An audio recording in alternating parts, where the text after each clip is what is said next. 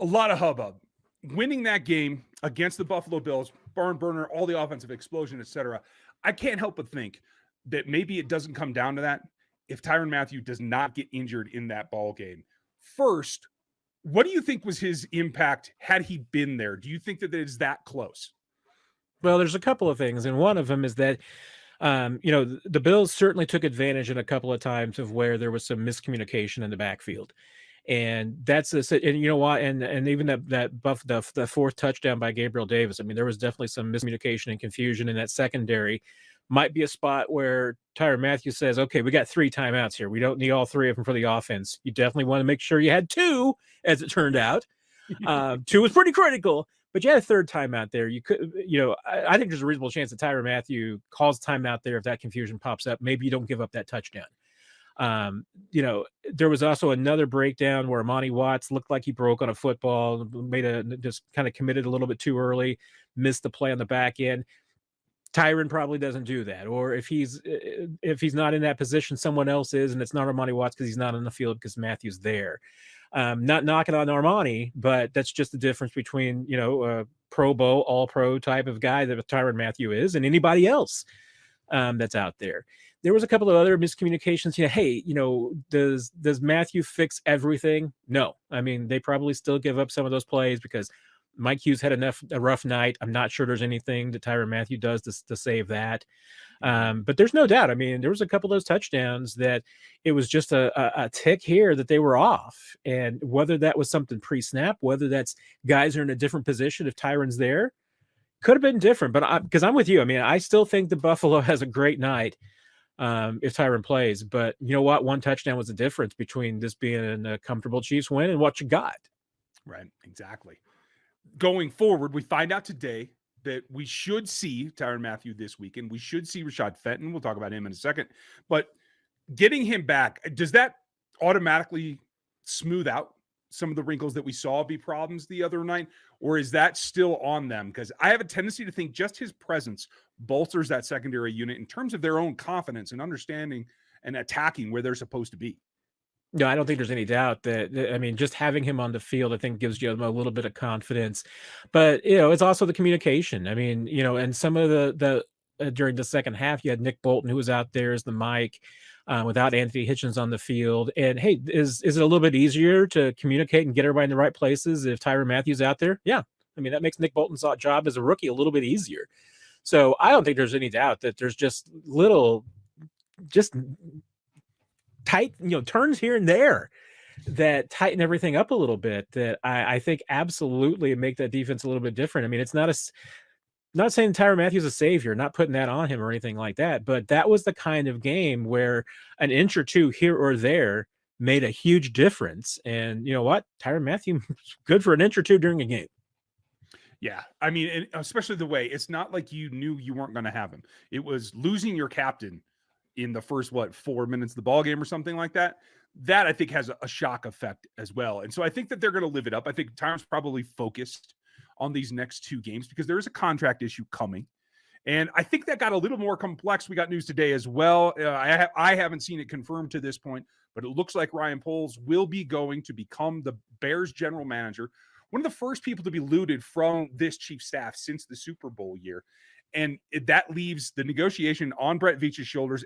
How do you think that Poles is set to do in a situation like Chicago? And what does that do for the front office in terms of the Mathieu contract? Yeah, I think it's a great situation for Ryan Poles. I think it's a great hire by the Bears. He's been a really, stabilizing force in that Chiefs organization, has really risen up through the ranks very quickly. Certainly fits the model. I mean, what NFL teams are looking for now are these young up-and-comers in their 30s. And Poles, I mean, he is not that far removed from being a player himself. I mean, he still knows how it is a little bit. But at the same time, he's learned a lot from John Dorsey, a lot from Brett Veach, a lot from Andy Reid. Chiefs are one of the best in the league when it comes to managing the salary cap, scouting, you name it. So he's going to be taking a lot of great lessons learned into Kansas City. I think that's a great place for him. I was surprised that the Bears were willing to go back to the kind of Chiefs route after it didn't work out with Matt Nagy.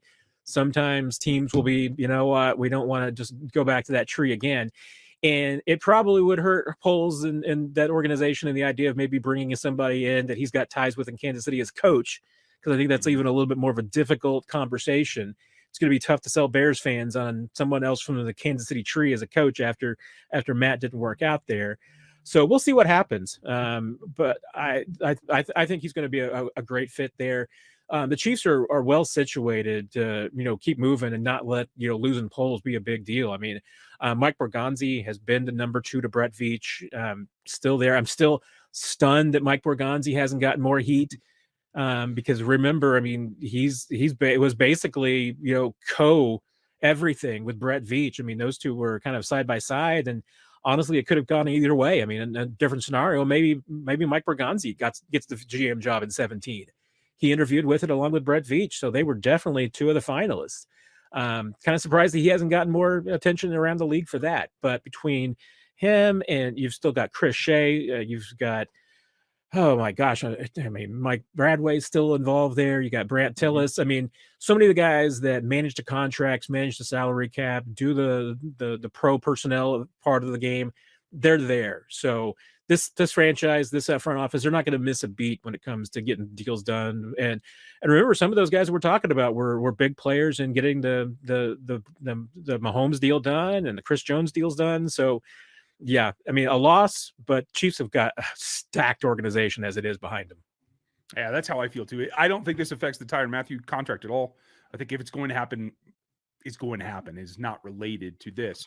But on a side note, Tyrann, I think, ups the level of the secondary completely, but should get Rashad Fenton back as well. And I think that is an upgrade. Like you said earlier about Mike Hughes, had a rough day out. That happens. He's had really good games as well. But I think Fenton's been more of the physical presence, and I think he's been a steadier player overall. Does this help their secondary overall going and looking towards the Bengals? Yeah, getting Fenton back would be huge. I mean, with the back injury, the next couple of days are going to be pretty critical. Chiefs want to get him back out on Wednesday, and then they want to see how he does back-to-back days on Thursday. That's, it's still not a slam dunk that he's going to play on Sunday. Chiefs are very optimistic that he will, but they want to see, make sure that he can handle back-to-back days and that there's a progression there. So definitely keep your fingers crossed, but it's looking in the right direction for him. And you hit it on the head right there. I mean, Rashad Fenton's been incredibly, I think, underrated for this team as a cornerback and essentially a nickel type back. I mean, even though, he's going to be mostly on the outside and it's Snead kicking on the inside when they do go to that nickel package, he's been very reliable. And especially now with the last couple of weeks, he's versatile too, because what the Chiefs have been doing increasingly here at the end of the season and certainly in the postseason has been putting Traverse Ward on the biggest guy on the other team. And he did it again against Stephon Diggs, held him down. I mean, that was one of the reasons why it was such a big challenge for Mike Hughes, because he was kind of stuck on Gabriel Davis all night long, regardless, and just had a bad night. Rashad Fenton's probably a better matchup in a situation like that. And when you're coming up against the Bengals, who've got 3 great targets across that you're going to be lining up against, yeah, Fenton being back is going to be key. And if they get him back, and you know what? I mean, even though Ward had some tough moments against Chase, would not be surprised if Ward's stuck on Chase, just like he's done the last couple of weeks. And if that's the case, then, hey, Fenton's going to be dragging. He's going to be pulling a tough matchup too.